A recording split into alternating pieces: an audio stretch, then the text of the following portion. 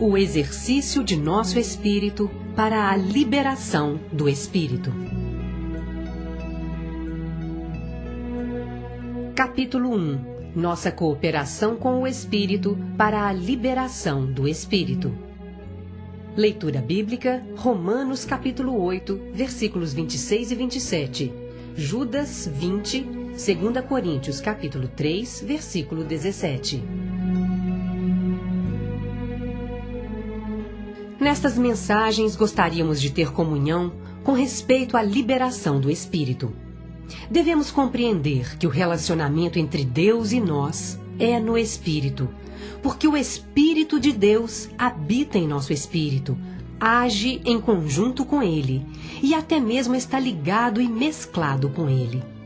Romanos 8,16 diz que o Espírito Santo testifica com nosso espírito. E 1 Coríntios 6,17 diz que somos um espírito com o Senhor. Esses versículos provam que o espírito divino e o espírito humano foram mesclados e juntos formam um só espírito. Cooperar com o Espírito Santo. O Espírito em nosso espírito constantemente se move, trabalha e age em nós de modo positivo. 1 João 2,27 diz que a unção que recebemos do Senhor permanece em nós. Esse versículo não usa a palavra unguento, e sim unção, que implica ação ou aplicação do unguento. O unguento é o Espírito e a unção é a ação ou movimento do Espírito. Assim, esse versículo prova que o Espírito Santo, que está em nós hoje como o unguento, constantemente se move, trabalha e age em nós de modo positivo. É semelhante à eletricidade numa casa, a qual constantemente circula por ela como corrente elétrica. Sem a corrente, na prática, não há eletricidade. Assim, para que haja eletricidade na casa, a corrente deve mover-se, circular e fluir constantemente por toda a casa. Da mesma maneira, o Espírito Santo em nós sempre se move. Todavia, o problema hoje é que, na maior parte do tempo, nós limitamos, frustramos e impedimos o mover, o trabalhar e agir do Espírito. O problema não é que ele não trabalhe em nós. Pelo contrário, ele sempre trabalha. A questão é que não cooperamos suficientemente com ele. Podemos ilustrar isso usando o exemplo do casamento. Um casamento é a união de duas pessoas em uma só. Porém, se a esposa nunca coopera quando o marido age, ele nada pode fazer. Assim é nosso relacionamento com o Senhor. Ele se mesclou conosco e agora trabalha em nós, porém não cooperamos muito com ele. Geralmente oramos ao Senhor para que opere, dizendo: Senhor, aguardamos por teu operar. Porém não compreendemos que ele aguarda nossa cooperação. Talvez ele nos diga: tenho aguardado sua cooperação por muito tempo. O problema não está com o Senhor, porém conosco. O princípio básico da necessidade de nossa cooperação deve estar bem claro para nós. Podemos confirmar esse princípio pela experiência. Quando não exercitamos nosso espírito, bloqueamos o espírito. É como fechar o escape de uma chaminé. Quando o fechamos e bloqueamos a corrente de ar, o fogo não queima. De modo semelhante, muitas vezes bloqueamos o mover, a unção e o queimar do Espírito. Não cooperamos com ele, antes nós o apagamos. O Espírito aguarda sempre a oportunidade para queimar. Se lhe dermos essa oportunidade, ele queimará. Assim a responsabilidade recai sobre nós. Se quiséssemos tocar fogo em algo, seria ridículo orar ao fogo dizendo: fogo, por favor, queime.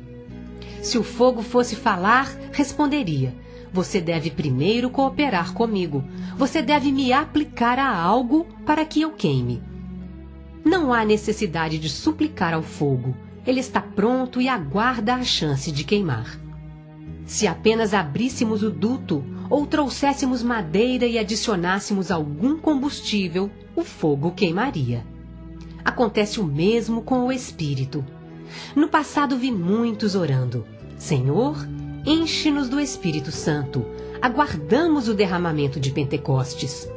Na maior parte das vezes, esse tipo de oração não funciona. Todavia, sabemos pela experiência que sempre que cooperamos com o Espírito Santo, ele é liberado. Devemos ter clareza de que o problema do encher-se do Espírito Santo e sua obra em nós não está relacionado com ele. O problema está em nós. Se não cooperamos com ele, ou não estamos dispostos ou prontos, o Espírito nada pode fazer, senão esperar até que estejamos dispostos e prontos. Orar de acordo com a unção. Se quisermos estar prontos e desejosos de ser cheios do Espírito, temos de orar. Quando oramos por essa questão, devemos esquecer-nos das circunstâncias, das lembranças e dos pensamentos. Em vez disso, devemos estar atentos ao sentido, sentimento ou consciência na parte mais íntima de nosso ser. Esse sentimento é a unção do Espírito Santo em nós. Quando oramos, devemos estar atentos a esse sentimento e expressar o que percebemos em nossa parte mais interior. Não devemos ficar incomodados pelas necessidades ou circunstâncias. Antes devemos ir ao Senhor e prestar atenção ao sentimento na parte mais íntima de nosso ser. Por exemplo, suponha que a esposa de um irmão esteja seriamente doente. Se você fosse ele e se dirigisse ao Senhor para orar, você poderia esquecer a doença da esposa? Não seria fácil. Certamente a doença da esposa estaria em sua mente. Todavia, se você quiser aprender a orar, deve exercitar-se em esquecer tudo quando vai ao Senhor. Mesmo que a esposa esteja seriamente doente, você deve esquecer-se disso e prestar atenção ao sentimento interior. Você não deve orar de acordo com as circunstâncias, necessidades, lembranças ou solicitações de outros. Antes deve orar segundo o sentimento interior mais profundo. Quando busca o Senhor dessa maneira, mesmo que seja incapaz de esquecer a doença da esposa, você pode ter um sentimento de orar com relação a algo mais. Você pode ajoelhar-se e chorar: Senhor, sou tão pecador. Senhor, tenho agido errado com minha esposa. Simplesmente esquecerá da doença dela e expressará o que está no mais íntimo do seu ser. Orando dessa maneira, seu espírito será exercitado para liberar o espírito que está nele. É até mesmo possível que a esposa fique curada por meio desse tipo de oração. Não estou dizendo que se sua esposa está doente, você não deva orar para que ela seja curada. Antes, estou dizendo que quando for ao Senhor, deve voltar-se para o sentimento mais profundo em você e expressar o que está na parte mais interior de seu ser. Se formos ao Senhor e orarmos dessa maneira, a primeira coisa que o Espírito Santo fará é limpar-nos e purificar-nos. Se esquecermos das circunstâncias à volta, das solicitações exteriores de outros e até mesmo de nossos pensamentos, e simplesmente orarmos de acordo com o sentimento interior, o Espírito Santo nos limpará e purificará. Podemos dizer ao Senhor: Senhor, sou tão pecaminoso e sujo em tantas questões. Minhas motivações são erradas e minhas intenções impuras. Sempre busco algo para mim mesmo. Essa é uma oração de verdade. Se orarmos dessa maneira, estejamos certos de que estaremos no Espírito. Quanto mais orarmos de acordo com o sentimento interior, mais estaremos no Espírito e mais seremos cheios do Espírito. Finalmente, seremos totalmente plenos do Espírito. o exercício de nosso espírito. Nosso problema hoje não é com ensinamentos ou conhecimento, porém com o exercitar de nosso espírito. Quantas vezes durante o dia exercitamos nosso espírito para liberar o Espírito Santo? Receio que muitos de nós nem sequer saibam exercitar o espírito.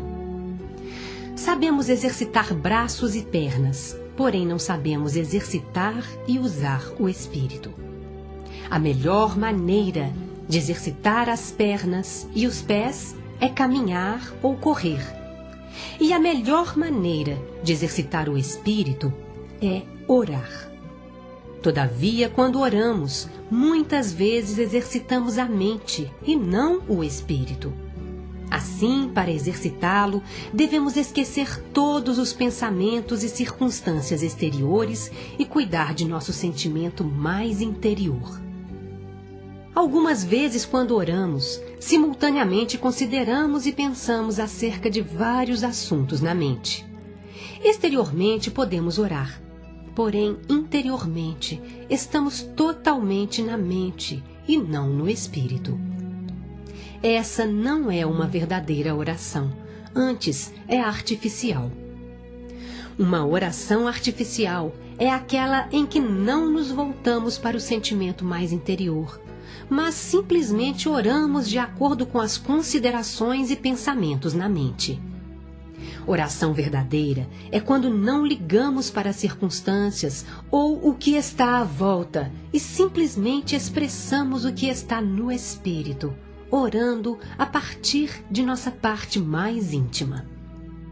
Muitas vezes, quando outros oram, temos o sentimento de que suas orações provêm da mente e não do espírito. Não percebemos a unção interior. Elas não provocam eco em nós. Todavia, algumas vezes, ouvimos alguém orar e isso provoca uma unção ou resposta em nós. Esse tipo de oração toca nosso ser mais interior porque provém do espírito e não da mente.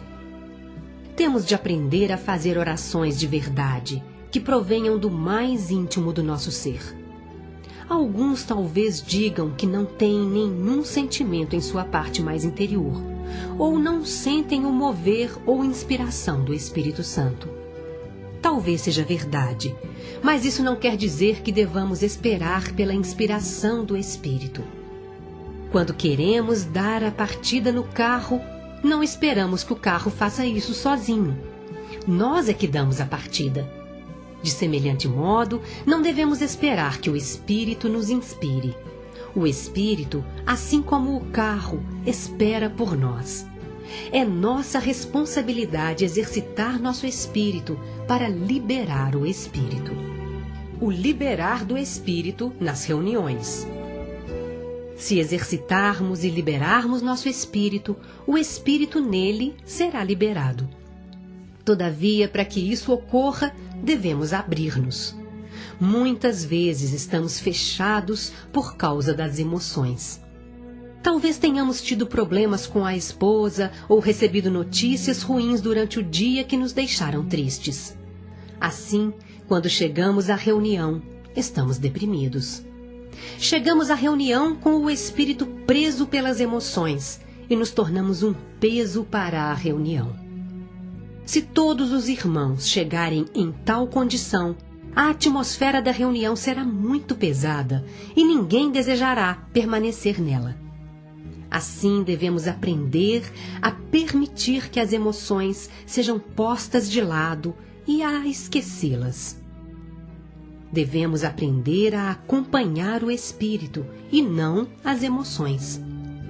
Se permitirmos que as emoções sejam esvaziadas e aprendermos a liberar o espírito nele será automaticamente liberado. Isso não significa que devemos condenar as emoções. Na verdade, quanto mais uma pessoa é espiritual, mais emotiva será.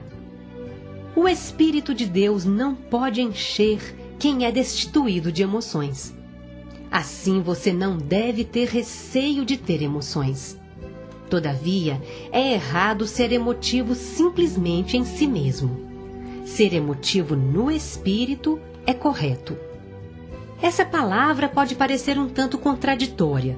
Por um lado, devemos aprender a negar as emoções e, por outro, a ser emotivos. Todavia, creio que podemos compreender essas palavras.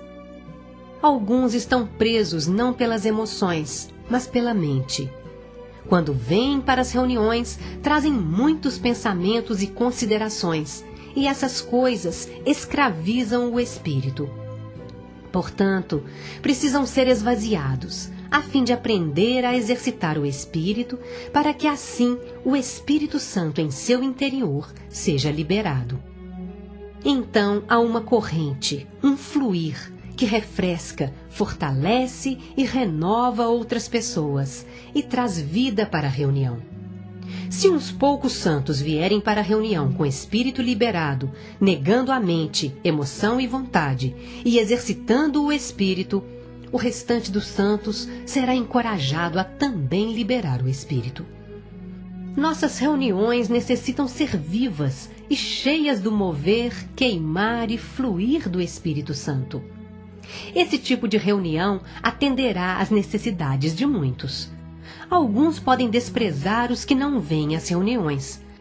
Naturalmente, não é apropriado que esses santos negligenciem as reuniões. Porém, não devemos desprezá-los.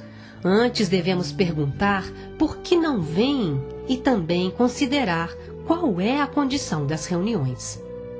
Se não são vivas, fervorosas, refrescantes e supridoras, os santos que estão frios ou desanimando de prosseguir não virão porque não poderão ser ajudados nessas reuniões. Todavia, se forem cheias de vida e refrescantes, os demais serão atraídos e os que comparecem receberão a ajuda de que necessitam. A vitalidade das reuniões depende do exercitar do espírito. Para ter uma reunião viva, todos devemos aprender a exercitar o espírito. Quando viermos para a reunião, devemos ser como os membros de um time de basquetebol.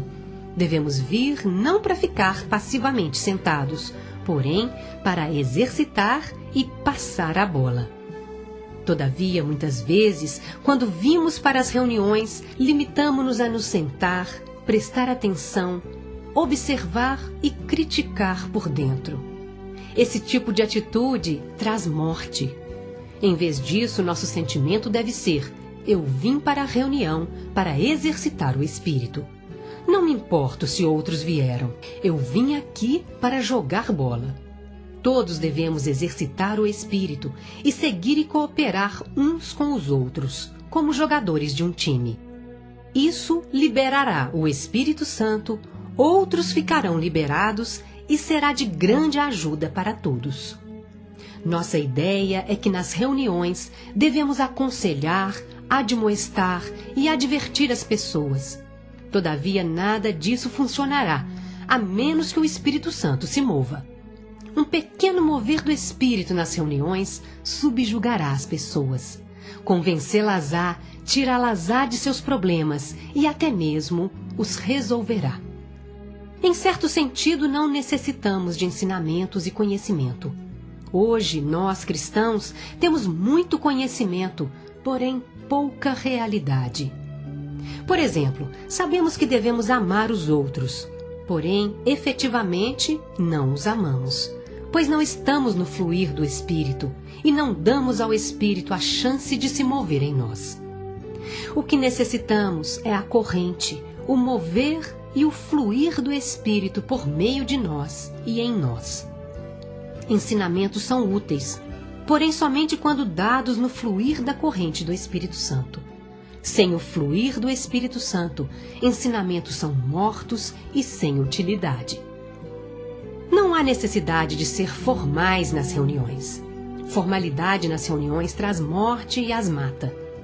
Quando as reuniões são muito formais, os que vêm a elas sentem que algo os prende. Algumas vezes, quando os irmãos chegam mais cedo para a reunião, esperam olhando para o relógio até que um dos irmãos responsáveis se levante para formalmente começá-la.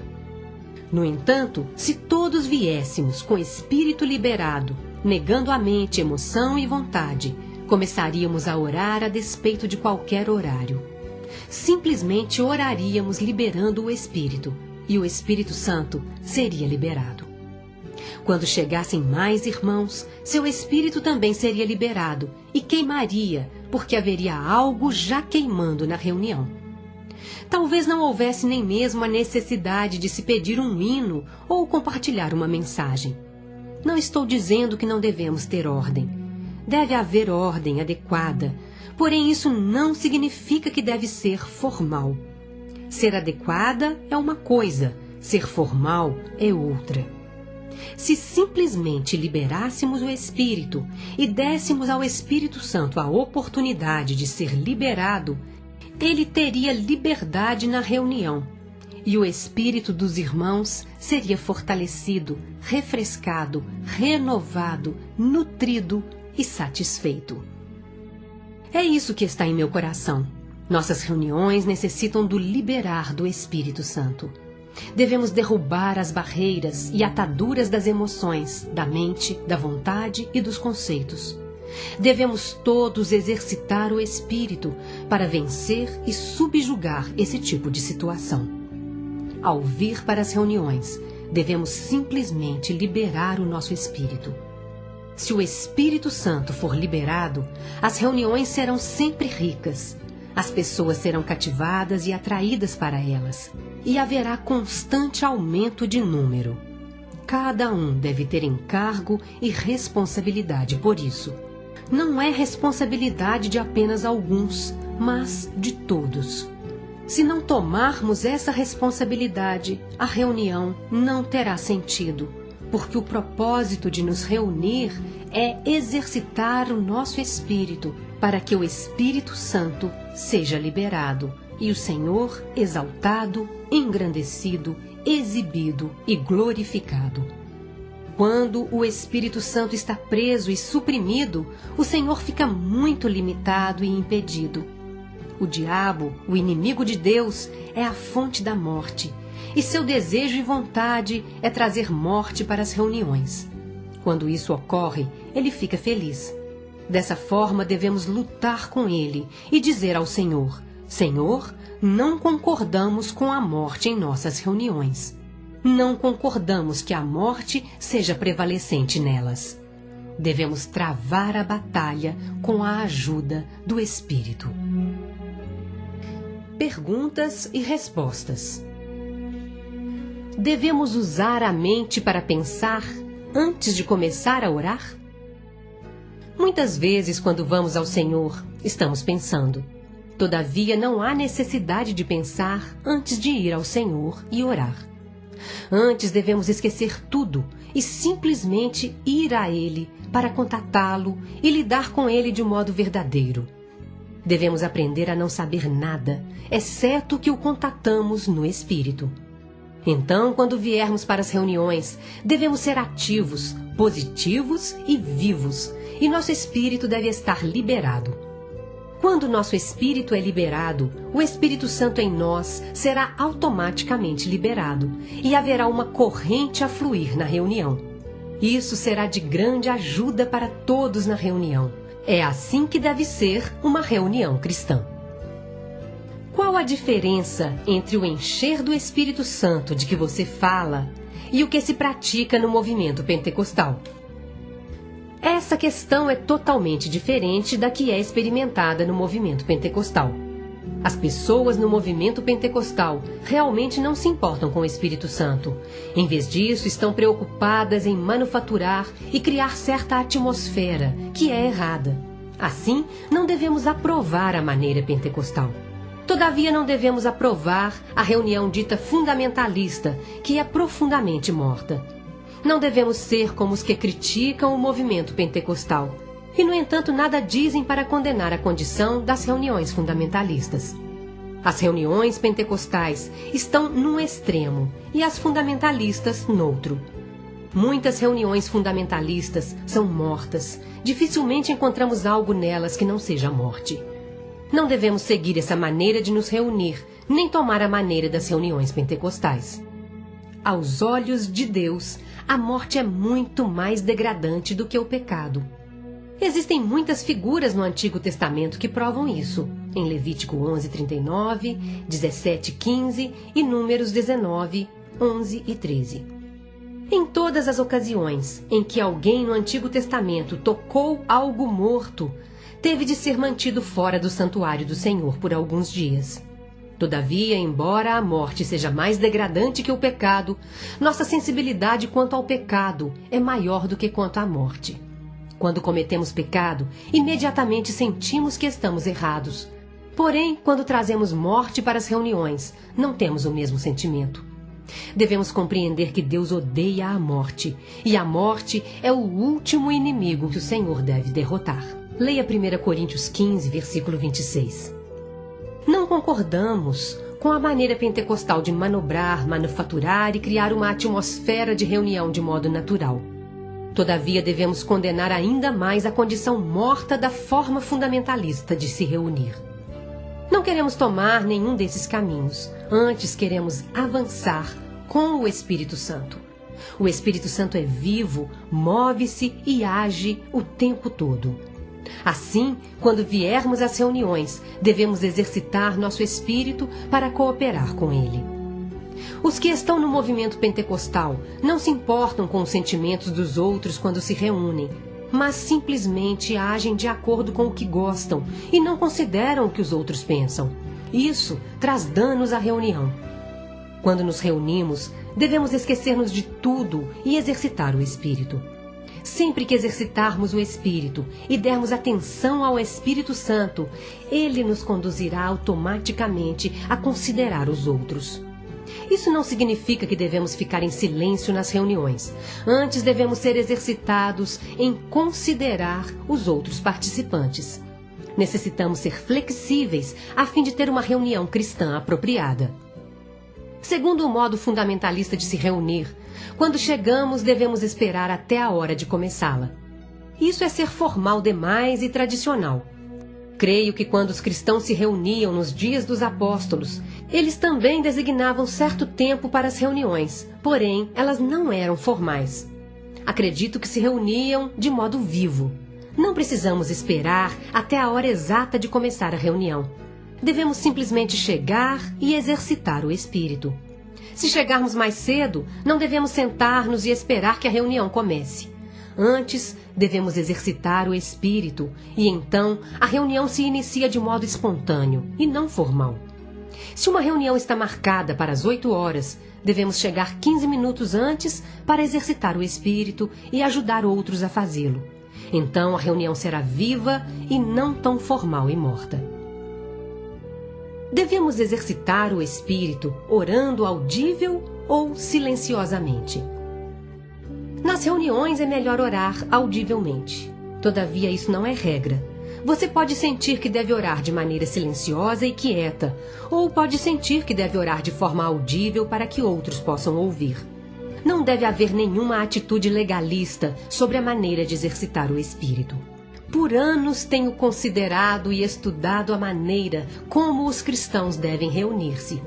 Há vários anos cheguei à conclusão de que a maneira fundamentalista é absolutamente tradicional e o modo pentecostal é o extremo oposto. 30 anos atrás gastei muito tempo no movimento pentecostal a fim de estudar sua maneira de se reunir. Descobri que eram muito extremados e isso fere e danifica o espírito humano. Esse modo de se reunir não traz edificação. Nos primeiros dias da era apostólica, os cristãos não se reuniam da maneira pentecostal ou fundamentalista, porém de maneira flexível. Não havia formas ou regulamentos, no entanto, as reuniões eram muito apropriadas, ordeiras, vivas e livres. Não havia programação, formalidade ou escravidão, e não havia esforço em se buscar um clima emocional. Antes, os crentes chegavam e exercitavam o espírito. As reuniões eram muito vivas. Todos tinham liberdade e podiam tomar a iniciativa de liberar seu espírito cantando, orando, lendo ou dando testemunho. Acredito que essa era a maneira como os primeiros cristãos se reuniam e a maneira adequada. Se praticarmos dessa forma, nossas reuniões terão uma atmosfera elevada. Da próxima vez que formos à reunião, devemos ir com o propósito de exercitar o nosso espírito para adorar e exibir o Senhor. Devemos esquecer-nos da hora que a reunião está marcada para começar e simplesmente exercitar o espírito. Se tivermos o sentimento de orar em silêncio, devemos fazê-lo. Se outros tiverem o sentimento de orar audivelmente, até mesmo em alta voz, devemos exercitar-nos em não nos aborrecer com isso. Essa é a maneira apropriada de nos reunir. Devemos até mesmo estar familiarizados com muitos hinos para que não haja necessidade de fazer um pedido formal. Se todos conhecem um coro, alguém pode levar todos a cantar na hora adequada. Isso quebra as barreiras e prepara o caminho para o Espírito Santo se mover e ter liberdade de se movimentar. Nessa situação, cada um agirá de maneira ordeira e bem comportada, ainda que muito viva. Devemos ter um fogo a queimar nas reuniões, para que quando as pessoas chegarem, sejam queimadas e queimem os outros. Não devemos ter reuniões em que as pessoas cheguem, sentem-se e olhem ou assistam a algo. Isso não é a edificação. Devemos ter reuniões em que o Espírito Santo seja liberado e nós sejamos liberados. Esse tipo de reunião irá refrescar, renovar, liberar e satisfazer tanto os outros como a nós mesmos. Isso é o que o Senhor necessita e é também nossa necessidade.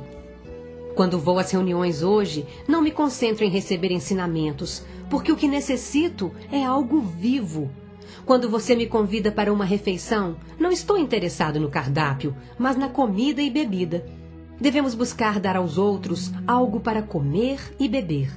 Sempre que nos reunimos, a reunião deve ser viva e ali o Espírito Santo se move e é liberado. Esse tipo de reunião conduzirá os outros ao Senhor. Os incrédulos serão salvos. Os crentes serão edificados, nutridos, fortalecidos, libertados e iluminados. E o Espírito Santo será liberado. O Espírito é tão rico. Ele satisfará cada necessidade, até mesmo se não houver ensinamento formal.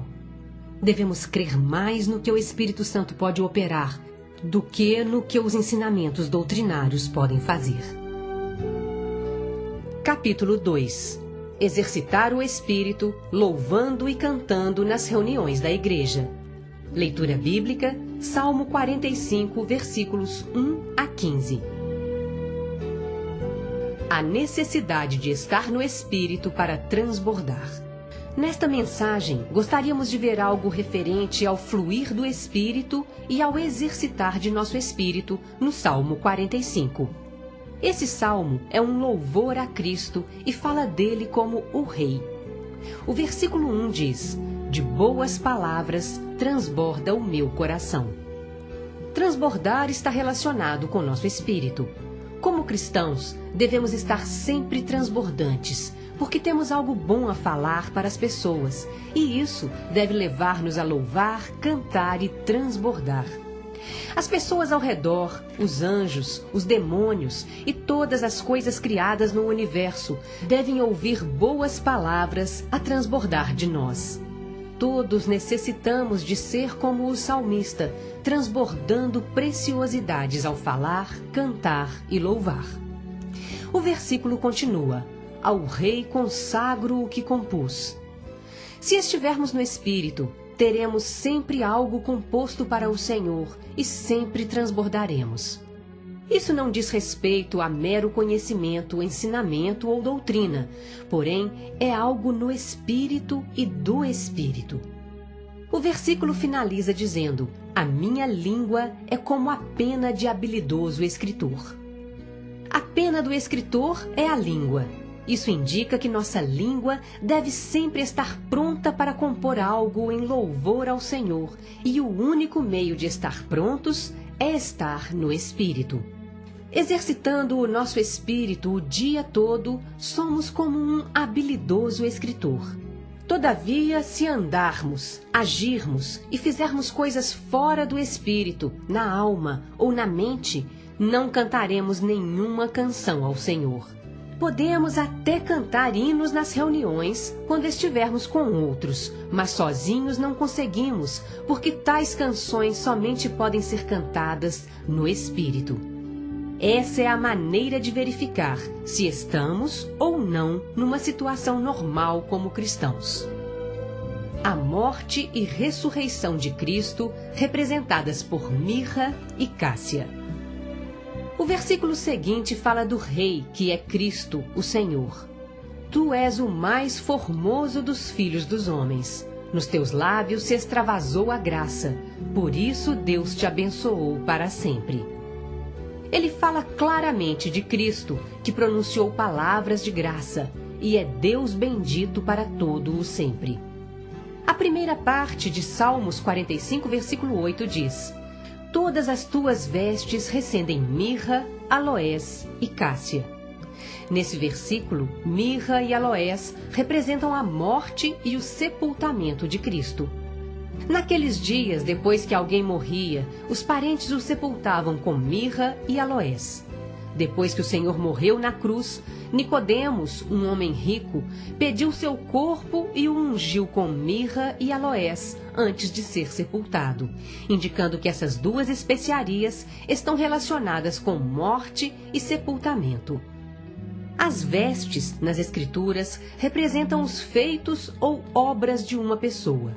Assim, as obras e os feitos justos do Senhor estavam cheios da doce fragrância de sua morte. Sempre que pensamos no Senhor, em sua justiça e em tudo o que fez, sentimos a doçura da sua morte. É o doce aroma da mirra e do aloés sobre suas vestes. A cássia é uma madeira que produz um óleo doce e bom para a cura. Se quiser extrair o óleo dessa madeira, você precisará matá-la. Ela deve sofrer a morte a fim de que o óleo que cura seja extraído. Assim, a cássia simboliza Cristo em ressurreição. O Senhor é como essa madeira, sofreu o aniquilar e, como resultado, algo proveio dele para nós: o Espírito que cura, o Espírito na ressurreição do Senhor. Sempre que pensamos no Senhor e em seus feitos e atos, automaticamente sentimos a doçura da sua morte e ressurreição. As igrejas representadas pelos palácios de marfim. Embora esse salmo seja de louvor ao rei, a segunda parte dele fala da rainha. Os versículos 8b a 15 dizem: De palácios de marfim ressoam instrumentos de corda que te alegram. Filhas de reis se encontram entre as tuas damas de honra. À tua direita está a rainha, adornada de ouro finíssimo de Ofir. Ouve, filha, vê, dá atenção, esquece o teu povo e a casa de teu pai. Então o rei cobiçará a tua formosura, pois ele é o teu Senhor. Inclina-te perante ele.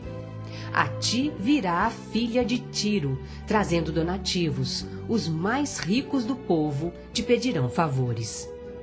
Toda formosura é a filha do rei no interior do palácio. A sua vestidura é recamada de ouro. Em roupagens bordadas, conduzem-na perante o rei. As virgens suas companheiras que a seguem serão trazidas à tua presença. Serão dirigidas com alegria e regozijo. Entrarão no palácio do rei. Se você ler esse salmo, verificará que, embora louve o rei, ele fala muito acerca da rainha, que é um tipo da igreja. Esse salmo louva a Cristo, porém também o louva com a igreja, produzida após sua ascensão. Embora o salmista muito provavelmente não conhecesse o significado espiritual do que compôs, o Espírito Santo o levou a escrever primeiramente com relação à morte e ressurreição de Cristo e depois com relação à igreja. Recentemente revisei um hino no qual a expressão palácios de marfim, do versículo 8, fora mal interpretada. O hino dizia que os palácios de marfim eram as mansões celestiais de onde o Senhor Jesus viera ao mundo de pesar. Isso não é correto, porque o rei nesse salmo é Salomão, que prefigura o Cristo ascendido, glorificado e vindouro, não se trata do Cristo sofredor tipificado pelo rei Davi. Dessa forma, o escritor do hino não devia ter associado o rei Salomão ao Cristo sofredor, que veio dos céus para este mundo de pesar a fim de sofrer. Qual é então a correta interpretação de Palácios de Marfim? Em 1956, gastamos muito tempo num treinamento para estudar os livros poéticos e então tivemos clareza com relação a esse assunto.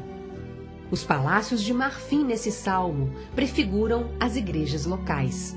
Marfim é um osso. Nas Escrituras, quando um osso é tirado de um corpo e separado dele, em certo sentido passa pela morte e depois transforma-se em algo.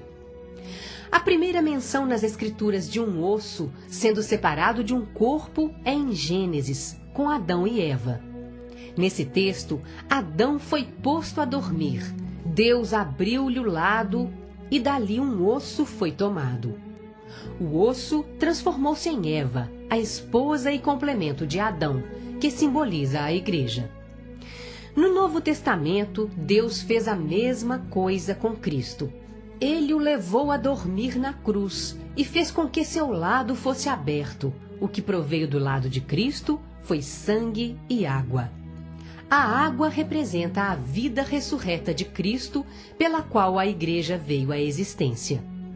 Tal como o osso tirado de Adão, que passou pela morte e tornou-se sua mulher, assim também a vida de ressurreição de Cristo passou pela morte e tornou-se a igreja, o complemento de Cristo. Assim, o marfim, no Salmo 45, simboliza a vida de ressurreição de Cristo. Os palácios representam as igrejas locais, que vieram a existir pela vida e ressurreição de Cristo. O cântico nas igrejas. O assunto mais importante com relação a Cristo nesse salmo é a doce fragrância de sua morte e ressurreição, e o mais importante com relação à igreja é o cantar e louvar, tipificados pelos instrumentos de corda do versículo 8. Os primeiros tempos da igreja, registrados no livro de Atos, são o cumprimento desse salmo. Da morte e ressurreição de Cristo provieram as muitas igrejas locais em vários lugares, da quais brotaram cânticos e louvores ao Senhor. Isso deixou o Senhor contente. As igrejas, como os palácios de marfim, surgiram da morte e ressurreição de Cristo e estão em ressurreição. Nessa habitação deve haver o cantar o tempo todo, uma atmosfera musical que dê alegria ao Senhor. Dessa maneira temos de cantar. É mais difícil orar do que fazer fofoca, e em certo sentido é até mesmo mais difícil cantar.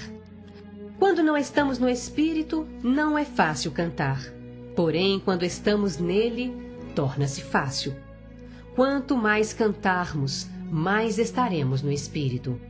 Devemos transbordar, estar borbulhantes e cantar todo o tempo. Em nossas reuniões, deve haver mais o cantar do que o falar. Visto que a igreja está em ressurreição, nosso cantar também deve estar. Alguns naturalmente gostam de cantar, todavia não devemos cantar de modo natural ou emocional. Quando cantamos, não devemos pensar acerca da música ou tentar cantar de forma musical. Isso irá matar o cântico. Em vez disso, devemos cantar de maneira espiritual. Antes das reuniões, devemos aprender um novo hino e memorizar alguns coros ou estrofes. Então, não haverá necessidade de cantar com o inário. Antes, podemos cantar a partir do coração. Se fizermos isso, veremos como as reuniões serão vivas, ativas e positivas. Estaremos vivos e livres da letra e da formalidade. A maneira correta de exercitar o nosso espírito é orar. Porém, algumas vezes, cantar um hino é ainda melhor do que orar. Se experimentarmos cantar um hino de manhã, nosso espírito será exercitado. Quanto mais cantarmos, mais o espírito será liberado e fortalecido, e mais a mente estará sóbria. a vontade subjugada e a emoção purificada. Cantar da maneira apropriada nos tirará da mente emoção e vontade naturais. Essa é a melhor maneira de ser libertados das coisas da vida natural. Cantar é um teste para saber se estamos ou não no nosso espírito. Se estivermos no nosso espírito, cantaremos o tempo todo. Até mesmo ao dirigir, teremos um cântico ou um hino para louvar o Senhor. Nosso canto e louvor são um forte testemunho para outros de que somos cristãos. A igreja está na natureza divina e é cheia de toda a plenitude de Deus. O Salmo 45, versículo 9b diz: À tua direita está a rainha, adornada de ouro finíssimo de Ofir. A rainha é a igreja e o ouro a natureza divina. Assim, o fato de a rainha estar adornada de ouro finíssimo de Ofir indica que a igreja, que está cheia de louvores a Cristo, está na natureza de Deus. Os versículos 13 e 14a dizem: Toda formosura é a filha do rei no interior do palácio. A sua vestidura é recamada de ouro. Em roupagens bordadas, conduzem-na perante o rei. A rainha está vestida de ouro de Ofir porque sua vestidura é bordada de ouro. Isso significa que a natureza divina lhe foi dispensada no viver, andar, conduzir-se e comportar-se diário dos membros da igreja. Em seu viver e andar diário está a plenitude de Deus. A igreja, como habitação de Cristo em ressurreição, está na natureza divina e é cheia da plenitude de Deus. Quanto mais tempo gasto com o Senhor, mais sinto que não são as formas, regras, ensinamentos ou doutrinas que importam. Antes, o que importa é exercitar o Espírito, tornar real a morte e ressurreição de Cristo, praticar a genuína vida da Igreja e penetrar na plenitude de Deus. Devemos exercitar nosso espírito mesclado com o Espírito Santo para compreender a morte e a ressurreição de Cristo, tendo o doce aroma de sua ressurreição e sua natureza divina dispensado a nós. A única maneira de toda a igreja estar na natureza divina e cheia de Deus é exercitar o Espírito. E o melhor meio de exercitá-lo é cantar louvores ao Senhor e transbordar com cânticos. Salmos 45 é um salmo curto, porém cheio de significado e todo inclusivo.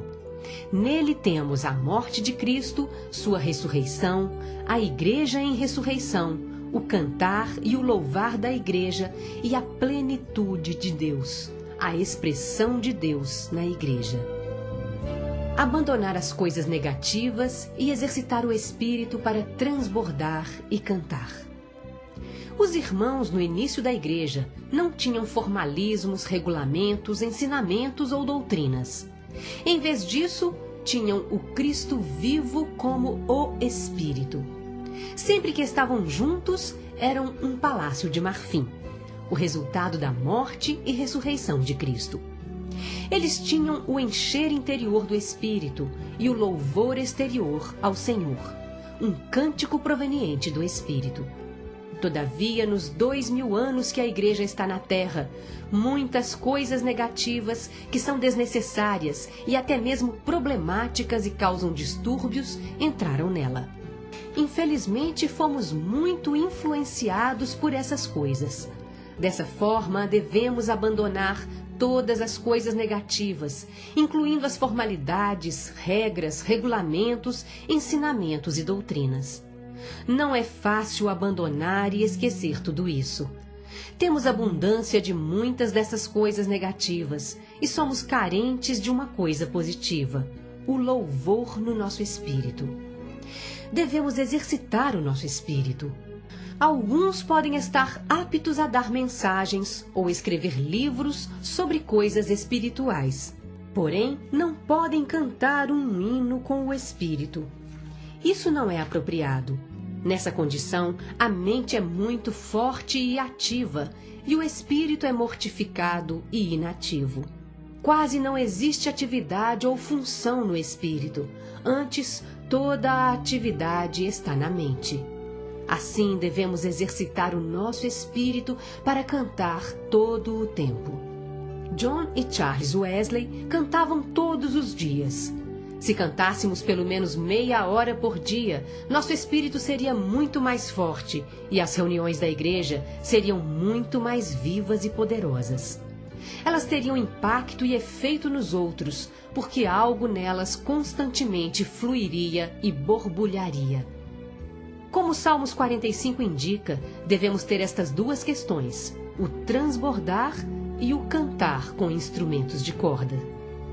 Se louvarmos, cantarmos e transbordarmos todo o tempo, teremos a realidade da morte e ressurreição de Cristo e a realidade do palácio de marfim cheio de Deus. Teremos o ouro, a natureza divina, dispensado a nós. Devemos encontrar um modo de soltar e liberar o nosso espírito e torná-lo ativo, vivo e forte. Somos tão fortes na alma e tão inativos no espírito. Muitas vezes prestamos atenção ao corpo e à alma e negligenciamos o espírito. Se exercitarmos o nosso espírito, o Senhor será liberado, porque Ele hoje está em nosso espírito como o Espírito. Assim devemos aprender a orar e louvar com cânticos. Isso resultará num verdadeiro livramento, libertação e liberação de nosso espírito. Capítulo 3. Não apagar o espírito. O queimar do espírito depende do abrir de nosso ser. A Bíblia usa muitas figuras para descrever o trabalhar do Espírito Santo em nós, uma das quais é a água viva. O Espírito Santo constantemente flui em nós como rios de água viva. Outra figura do Espírito Santo é a de um fogo que queima constantemente. Devemos ter tanto o fluir como o queimar do Espírito em nós. Há vários modos de apagar um fogo, e um deles é cortar seu suprimento de ar. Sem corrente de ar, não há meio de o fogo queimar. O queimar do fogo depende dessa corrente. Por exemplo, suponha que haja uma chama num fogão. Se fecharmos o exaustor e todas as portas e janelas, a corrente de ar será bloqueada e o fogo extinto. Se quisermos que ele queime à vontade, devemos abrir o exaustor, as portas e janelas. Então o fogo poderá queimar livremente, porque haverá fluxo de ar. Semelhantemente, o queimar do Espírito requer um fluir espiritual. Se não lhe dermos essa corrente, será impossível ele queimar em nós. O fato é que o Espírito Santo queima em nós todo o tempo, porém, em nossa experiência, talvez ele não queime sempre. Isso ocorre porque sempre fechamos todas as portas de nosso ser e assim bloqueamos a corrente espiritual, provocando o apagar do espírito. Isso é muito simples, porém, ao mesmo tempo, vital. Ter muito conhecimento e, no entanto, ser carente do queimar do espírito em nós é de nenhum proveito. É melhor ser simples, estar no fogo e deixar o Espírito Santo queimar em nós. O queimar do Espírito é mais importante do que o conhecimento. Nosso problema hoje é que temos falta do queimar do Espírito interiormente. A razão pela qual nós, cristãos, somos tão mortos, inativos, fracos, frios e passivos é que o fogo não queima em nós. Devemos abrir nosso ser para permitir que haja um fluir, a fim de que o Espírito queime em nós. Não necessitamos de mais conhecimento. Antes, devemos deixá-lo de lado, ser simples e queimar. Quando eu era jovem, o Senhor constantemente queimava em mim. Por conseguinte, eu estava em chamas cada dia. Embora não tivesse o tipo de reuniões e a ajuda que temos hoje, a graça do Senhor estava sobre mim. Não havia necessidade de lutar para vencer as coisas do mundo, porque havia um fogo a queimar em mim. Todavia, depois de algum tempo, tive de procurar o conhecimento da Bíblia. Dia após dia, por mais de 5 anos, li e estudei a Bíblia apenas com a mente. Frequentei estudos bíblicos e obtive muito conhecimento por meio deles. Li muitos livros e artigos e aprendi assuntos tais como as 70 semanas de Daniel 9.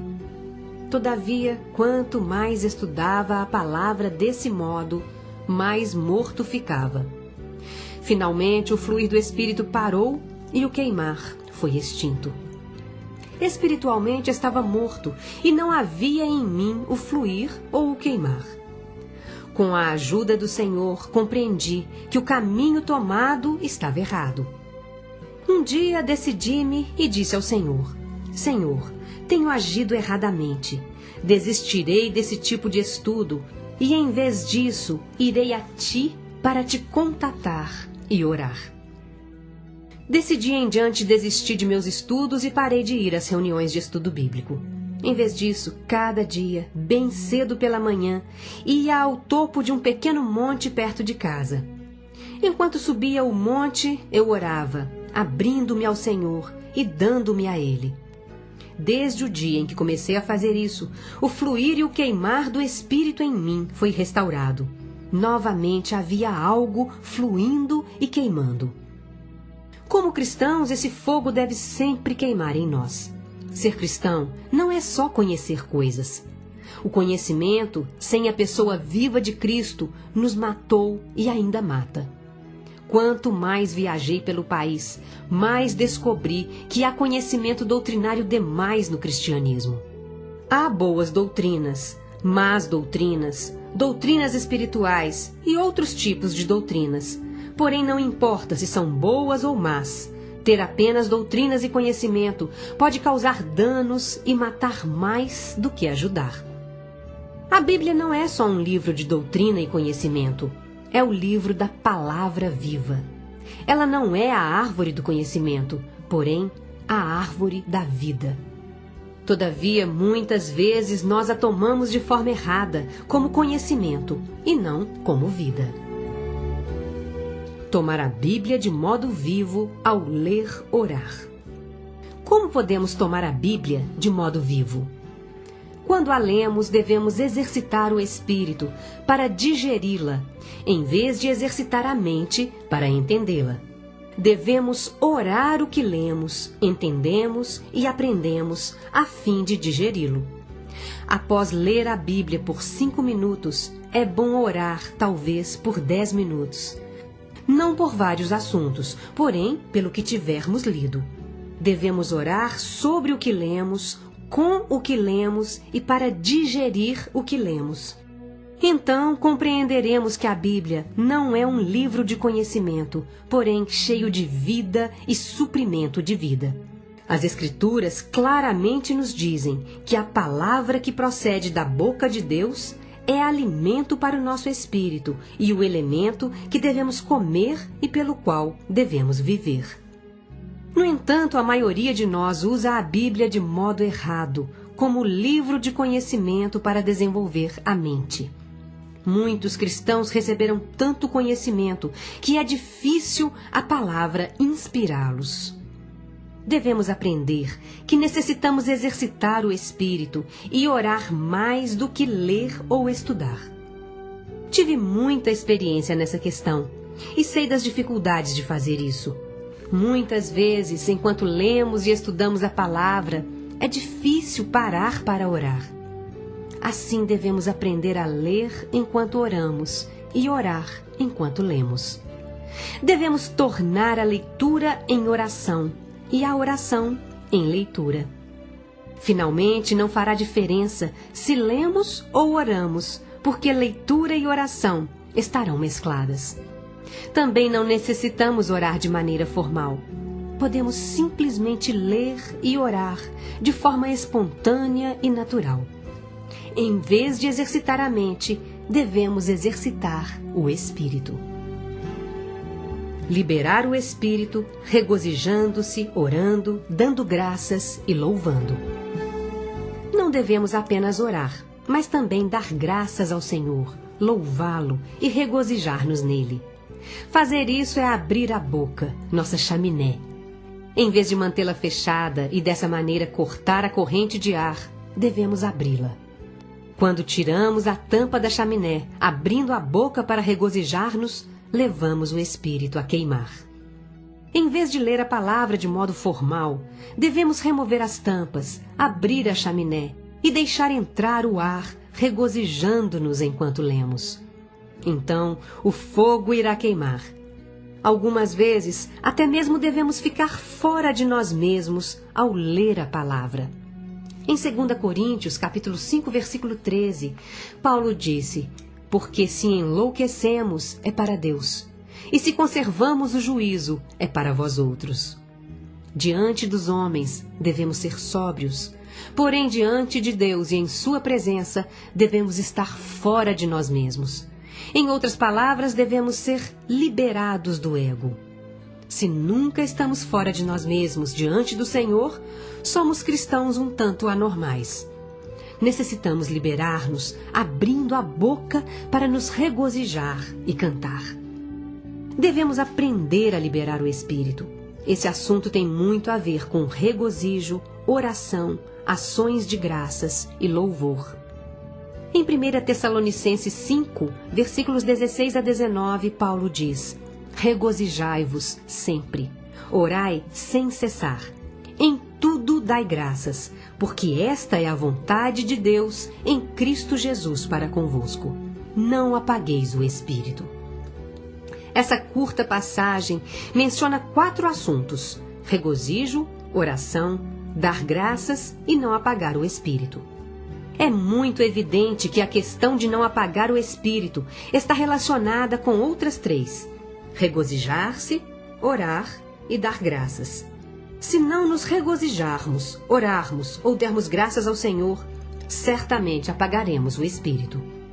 Dessa maneira devemos aprender a regozijar-nos, orar, agradecer e louvar para que o espírito não se apague. Isso é muito simples, porém muito importante e vital. Muitas vezes bloqueamos o fluir e apagamos o espírito, porque nosso espírito e mente permanecem fechados. Se simplesmente nos abríssemos, a corrente do fluir viria até nós e o Espírito Santo queimaria. A maneira de abrir nosso ser é simples e consiste em regozijar-nos, orar, dar graças e louvar. Alguns podem dizer que não têm a graça de abrir-se e, se a tivessem, se abririam. Isso não está correto. Nós mesmos devemos abrir nosso ser e deixar o ar penetrar. Se fizermos o ar entrar em nós, o espírito queimará interiormente. Nossa necessidade de ser simples e abertos. Hoje, no cristianismo, há 2 tipos de pessoas. De um lado, há os crentes mundanos, que retrocedem e não têm coração voltado ao Senhor.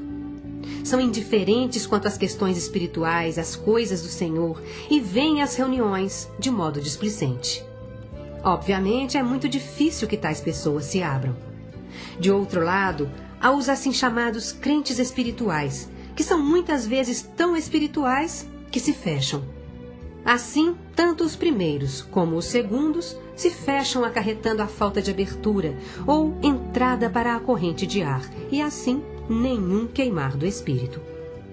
Não nos devemos considerar melhores do que os que retrocedem. Não devemos pensar que, embora eles não tenham recebido uma visão, nós a temos. Não devemos pensar que somos espirituais ou considerar-nos mais elevados que outros. Em vez disso, devemos remover a tampa de nosso ser, permitir que a corrente de ar entre em nós e deixar o Espírito Santo queimar. Devemos ser simples e abertos como uma criança. Por exemplo, quando oramos, não devemos orar de forma exageradamente espiritual. Antes devemos orar como uma criança. Nossa necessidade urgente como cristãos que buscam o Senhor é abrir-nos, ser simples e despojados de todas as coisas que nos fecham, para que o Espírito rompa as barreiras e queime em nós. Ser simples e abertos nas reuniões. Quanto mais nos reunimos, mais formais tendemos a nos tornar. E quanto mais assim nos tornamos, mais apagamos o espírito. Quando somos formais nas reuniões, todos se cuidam para não se abrir, e ninguém ousa abrir a boca. Devemos quebrar essa barreira, esquecer de tudo o mais e tornar simples as reuniões. Devemos vir como se tivéssemos acabado de ser salvos. Interiormente devemos ser novos. Não deve haver nada velho, tudo deve estar em novidade. Além disso, devemos cuidar dos outros na reunião. Todos os filhos de Deus devem vir para a reunião e sentir-se livres para participar. Quando oramos de modo espiritual demais, intimidamos os que são tímidos em abrir a boca e os que têm receio de não atingir nosso padrão. Algumas vezes, nas reuniões, os irmãos apenas dizem amém quando os mais espirituais falam, e nunca quando os mais novos compartilham. Isso mostra que têm preferência pelos espirituais. Todavia, esses espirituais não necessitam tanto de encorajamento, porque são suficientemente ousados. Os irmãos mais novos, por outro lado, são fracos e tímidos e necessitam de encorajamento. Quando oram, devemos dizer amém para encorajá-los. Não devemos tornar o clima das reuniões espiritual demais, porque isso mata a reunião. Quanto mais espirituais os irmãos se tornam, mais mortos ficam, e mais mortas são as reuniões. Devemos esquecer-nos de espiritualidade e ser simples e abertos. Devemos esforçar-nos para nada saber de espiritualidade, cristandade, conhecimento, doutrinas ou tudo mais, exceto abrir-nos, ser simples, louvar o Senhor e remover as tampas e deixar a corrente de ar penetrar para que o espírito queime. Nas reuniões deve haver um queimar bem real. Devemos orar como crianças para que outros sejam encorajados a orar. Se formos como crianças, as reuniões serão simples, livres e abertas. Elas devem libertar e liberar as pessoas, e não amarrá-las. Sempre que vierem para nossas reuniões, as pessoas devem ter o sentimento de que foram libertadas, livradas e liberadas. Para isso, necessitamos do queimar do Espírito. Esse assunto está principalmente nas mãos dos líderes e responsáveis da igreja. Os que tomam a liderança nas igrejas devem atentar para essa responsabilidade. Se não cuidarem desses assuntos, o Espírito estará sempre apagado nas reuniões. Os irmãos responsáveis devem tomar a liderança em se abrir, quebrar as barreiras da formalidade, esquecer as regras espirituais e regulamentos e até mesmo esquecer a espiritualidade. Devem compreender que não queremos nada além do próprio Cristo no Espírito. O que precisamos hoje não é mais conhecimento, e sim estar no Espírito. Se tivermos o queimar do Espírito Santo em nós, teremos poder, impacto e autoridade. Assim, pela misericórdia, graça e ajuda do Senhor, devemos estar determinados a nos abrir e deixar que a corrente de ar flua e entre em nós, a fim de que o Espírito queime interiormente. Algumas coisas que podem apagar o Espírito. Espiritualmente falando, é relativamente fácil acender o fogo, porém, da mesma forma, é fácil apagá-lo. Mesmo uma pequena questão do falar sem cuidado ou levemente impróprio pode apagar o fogo do Espírito. Quando você quer acender um fogão, deve fazer certas coisas para ajudar o fogo a queimar. Da mesma maneira, o Espírito necessita de nossa cooperação em certos assuntos para queimar. De outra forma, é difícil o Espírito queimar. Se formos frouxos ou descuidados no falar, na atitude e ao fazer as coisas, não importa quão pequenas pareçam, apagaremos o Espírito. Assim, não devemos agir de forma descuidada ou frouxa. Muitas vezes, nas reuniões e na vida diária, temos o sentimento de orar, porém não obedecemos. Até mesmo uma pequena desobediência como essa pode apagar o Espírito. Todavia, se obedecermos e orarmos, o Espírito queimará. Se você for uma irmã na cozinha a lavar pratos e tiver um sentimento de orar, ore imediatamente. Não há necessidade de parar de lavar os pratos. Todavia, se tem o encargo de parar e orar, deve parar e dobrar os joelhos na cozinha para orar. Não há necessidade de ir a algum lugar para isso. Fofocas também apagam o espírito. Nada apaga mais o espírito do que uma pequena bisbilhotice. Devemos compreender que toda vez que fofocamos, apagamos o espírito. Como cristãos, devemos abandonar completamente as bisbilhotices. Podemos pensar que esses assuntos são triviais e sem importância. Todavia, têm importância, porque determinarão se o espírito queimará ou se será apagado. Se mudarmos a fofoca em oração, o espírito queimará. Fazer piadas também apagará o espírito. Se gracejarmos demais, apagaremos o espírito. Isso não significa que devamos sempre ter uma atitude formal ou oficial. Porém, não devemos gracejar, porque nosso gracejo não ajuda o espírito a queimar, apenas o apaga. Quando formos ao Senhor para orar, não devemos considerar e pensar sobre o que orar, porque isso também apaga o espírito. Antes devemos esquecer tudo e orar de modo espontâneo, natural e vivo. Quanto mais orarmos desse modo, mais teremos o fluir e queimar do espírito. Devemos cuidar de todas essas pequenas questões que podem apagar o espírito. Se cuidarmos desses assuntos, queimaremos sempre. A questão básica é aprender a nos abrir, regozijando-nos, orando sem cessar e dando graças em tudo. Capítulo 4. Exercitar nosso espírito para expressar Deus. Leitura bíblica, Efésios capítulo 4, versículo 6, capítulo 5, versículos 18b a 20. O relacionamento de Deus com o homem. Efésios 4, versículo 6 diz: Um só Deus e Pai de todos, o qual é sobre todos, age por meio de todos e está em todos. Embora as expressões sobre todos, por meio de todos e em todos sejam curtas e simples, elas contêm o segredo e mistério do relacionamento de Deus com o homem. Deus não apenas é sobre nós, mas também age por meio de nós e em nós, a fim de ser expresso, manifestado, glorificado e exibido. Devemos compreender que essas três expressões estão em sequência específica. Todo o que considera as coisas de Deus e crê que Ele existe, sabe que esse Deus é sobre as pessoas na terra. Não há dúvida de que Ele está sobre nós. Todavia, poucos consideram que Deus opera por meio de nós e faz algo em nós. Além disso, nós, cristãos, conhecemos e temos experiência de Deus em nós.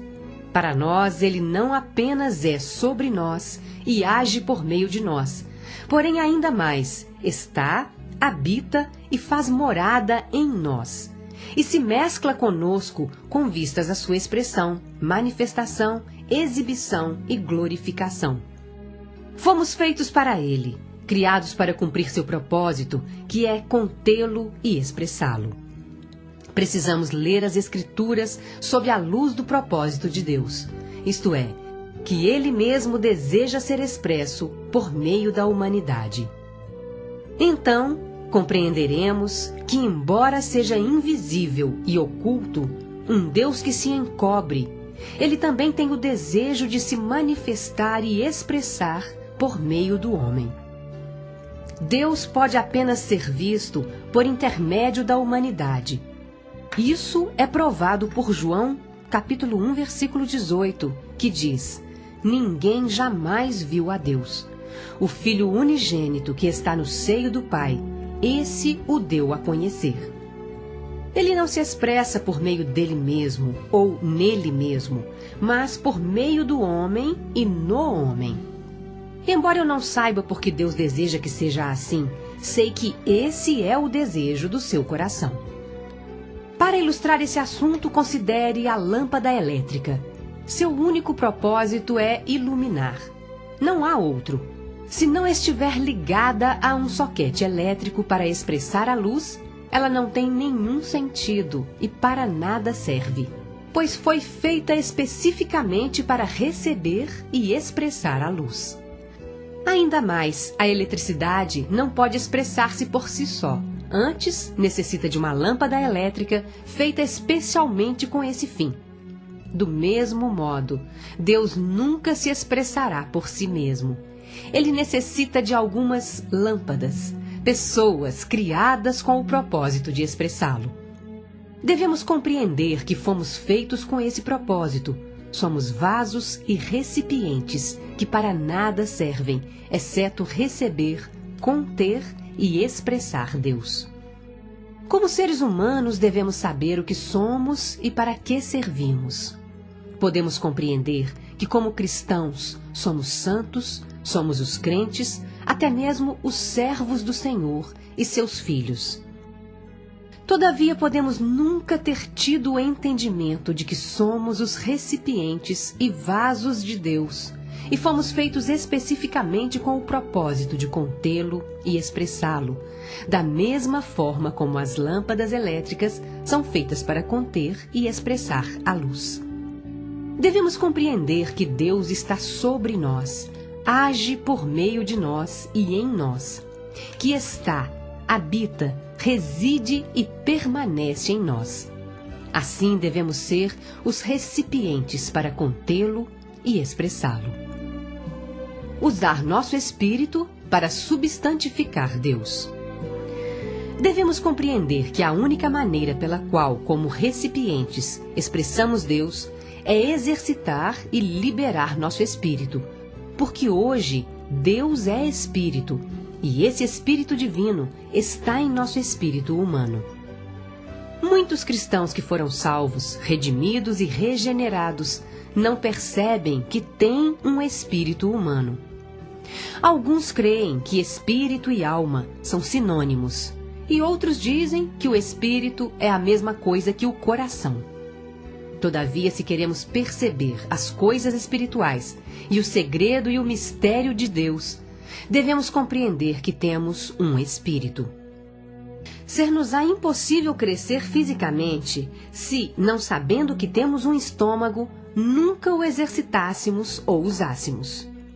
Para crescer, devemos usar e exercitar o estômago cada dia, ingerindo e digerindo o alimento. Deus nos criou com estômago para ingerir o alimento a fim de crescer. No mesmo princípio, existe um órgão em nós chamado espírito humano, criado por Deus com o propósito de recebê-lo. O corpo físico é complexo e composto de muitos órgãos. Particularmente, temos órgãos específicos que nos dão o sentido da visão, audição, olfato, paladar e tato. Esses órgãos são os olhos, ouvidos, nariz, boca e o corpo. Se você estiver numa reunião e tentar usar os olhos para ouvir a mensagem, não acreditará que haja alguém falando, porque estará usando o órgão errado para receber esse falar. Se alguém lhe mostrar diversos objetos coloridos e você tentar ouvir as cores com os ouvidos, não crerá nelas, porque estará usando o órgão errado. Se houver um odor no salão e seu nariz não estiver bem por causa de alguma gripe, não sentirá o odor. Você não poderá ver, tocar ou ouvir o odor. Somente seu nariz poderá senti-lo.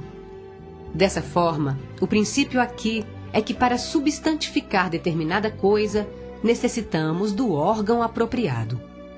Você não perceberá a cor usando o ouvido ou o som usando a língua. Da mesma maneira, Deus é espírito, tem substância espiritual. Ele é real, porém, se não usarmos o órgão correto para substantificá-lo, ele não será real para nós. Uma vez que Deus tem substância espiritual, devemos recebê-lo com um órgão espiritual, o nosso espírito humano. Deus nos criou com ouvidos para captar os sons, com os olhos para ver as coisas visíveis. Ainda mais, Deus nos criou com um espírito. Assim, além dos 5 sentidos físicos, temos um sentido espiritual, o nosso espírito. Nosso espírito não é o mesmo que o coração ou a mente, mas é o órgão pelo qual sentimos, recebemos, contemos e expressamos Deus. Uma vez que entendamos que temos um espírito humano, podemos localizar Deus porque hoje Ele está em nosso espírito. Por um lado, Cristo ascendeu e foi exaltado até os céus. Porém, por outro, Cristo, o Senhor, como o Espírito, está em nosso espírito humano. Liberar nosso espírito. O modo pelo qual podemos expressar e manifestar Deus é abrir e liberar nosso espírito. Se liberarmos o espírito, o próprio Deus que está nele será automaticamente liberado, porque ele está compromissado com o nosso espírito. Para ilustrar, suponha que eu ponha uma chave na mão de um irmão. Se ele a fecha e nunca mais abre, ela torna-se uma prisão para a chave, e esta não pode ser liberada. Em todo o tempo que mantiver a mão fechada, ninguém conseguirá ver a chave e ela não poderá ser liberada. Todavia, assim que ele abrir a mão, a chave será liberada. Não há necessidade de exercitar as pernas, pés, cabeça ou qualquer outra parte do corpo. Tudo o que deve fazer é abrir a mão e a chave será liberada. De modo semelhante, Deus está hoje em nosso espírito. Porém, na maior parte do tempo, ele permanece fechado enquanto a mente e a boca estão abertas. Quando nos reunimos, podemos saber exercitar a boca, mas não o espírito. Consequentemente, as bocas são abertas e ativas para fofocar e falar acerca de outras pessoas, porém, o espírito está fechado. Então, quando alguém sugere que oremos, todos fecham a boca. O motivo disso é que simplesmente não sabemos exercitar o espírito. Se vivêssemos no Senhor e andássemos em sua presença, fecharíamos a boca ao ouvir alguém fofocar ou falar coisas vãs. Além disso, ao surgir a oportunidade de glorificar, exaltar e expressar o Senhor, nós oraríamos, cantaríamos e liberaríamos o espírito. Exercitar nosso espírito cantando. Meu único encargo é que o Senhor nos impressione com o fato de que, como cristãos que o buscam, devemos compreender o segredo e mistério de nosso relacionamento com Ele, o qual é questão de exercitar o nosso espírito. Devemos abrir o nosso espírito, exercitá-lo e usá-lo. A maneira mais útil de fazê-lo é orar. Porém, algumas vezes é ainda mais proveitoso cantar. Podemos cantar algo curto, como um coro em voz alta, ou algo longo como um salmo de maneira quieta. Tanto Efésios 5, versículo 19, quanto Colossenses 3, versículo 16, mencionam salmos, hinos e cânticos espirituais. Em termos de tamanho, os salmos são os mais longos, os hinos mais curtos, e os cânticos espirituais, que são como os coros dos hinos, são mais curtos ainda. Muitas vezes, nas reuniões, devemos cantar um rápido coro com o Espírito e a partir do Espírito. Cada um de nós deveria memorizar alguns coros para cantá-los todo o tempo no Espírito e com o Espírito. Quando os jovens querem exercitar-se, muitas vezes jogam basquetebol, beisebol ou futebol. Essa é a melhor maneira que encontram para exercitar o corpo. Todavia, para jogar, necessitam da bola. Semelhantemente, o melhor modo de exercitar o espírito é cantar. Porém, necessitamos da bola. Precisamos ter alguns coros em nós, a fim de cantá-los o tempo todo. Então, devemos exercitar o cantar, não somente o que procede da boca, mas também do nosso espírito e no nosso espírito. Recentemente, trabalhamos na preparação de um inário. Se o Senhor quiser, seria bom se Ele levantasse alguns irmãos para compor cânticos com base no livro de Efésios, talvez um cântico por capítulo. Então, quando os irmãos se reunissem, poderiam usá-los para cantar todo o livro de Efésios. Além do mais, seria maravilhoso ter cânticos sobre Romanos 8 e Colossenses 1. Muitos cristãos hoje cantam salmos do Antigo Testamento, mas isso não está no padrão do Novo Testamento. Muito poucos compuseram cânticos sobre a revelação da palavra no Novo Testamento. Devemos aprender a cantar, porque quanto mais cantamos, mais escapamos de estar na mente e esquecemos as circunstâncias. Quanto mais cantarmos, mais estaremos no Espírito e mais nosso espírito será aberto e liberado. Isso não é meu pensamento ou opinião, é o pensamento do Espírito Santo e do apóstolo Paulo. Em Efésios capítulo 5, versículos 18 a 20, Paulo diz que devemos ser cheios do Espírito, falando entre nós com salmos. Se falarmos uns aos outros, cantando salmos, hinos ou cânticos espirituais, nosso espírito será exercitado e o Espírito fluirá. Devemos tentar não cantar de maneira musical, porém espiritual. Devemos até mesmo esquecer da música, da métrica e da rima. Eu não sou músico nem especialista em cântico. Não sei cantar tão bem. Todavia, se canto bem ou não, devo cantar. Devemos aprender a louvar o Senhor cantando. Devemos ler, estudar e estar aptos para recitar alguns hinos. Dessa maneira, podemos cantar na rua ou no carro. Esse assunto é revelado não apenas no Novo Testamento, mas também no Antigo. Quando o povo de Israel ia adorar a Deus no Antigo Testamento, cantavam a caminho de Sião. Se cantarmos no carro quando vamos às reuniões, elas irão aos céus. Devemos aprender a exercitar e abrir o nosso espírito cantando.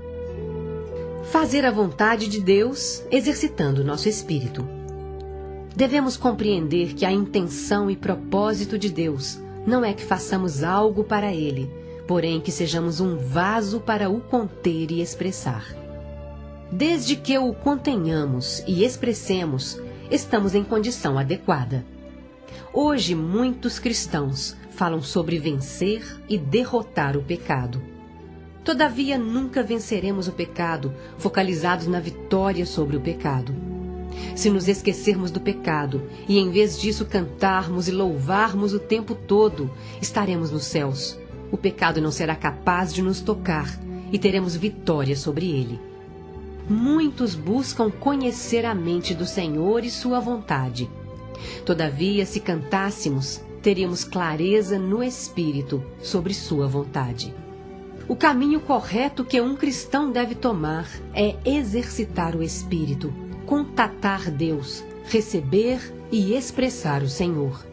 Se tivermos isso, teremos tudo o mais, inclusive a vitória sobre o mundo, o pecado e o ego. O propósito do Senhor é que o expressemos. Esqueçamos tudo o mais e simplesmente aprendamos a exercitar o nosso espírito, orando, louvando e cantando. Se fizermos isso, o Espírito, que é o próprio Senhor, será automaticamente liberado de nosso espírito.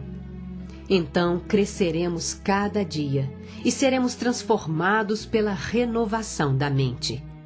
Não é por ensinamentos, doutrinas ou conhecimento que cresceremos, porém pelo exercício do nosso espírito. Assim devemos aprender a exercitar o nosso espírito para crescer continuamente e experimentar, desfrutar e partilhar Cristo. Se fizermos isso, permaneceremos nele todo o tempo.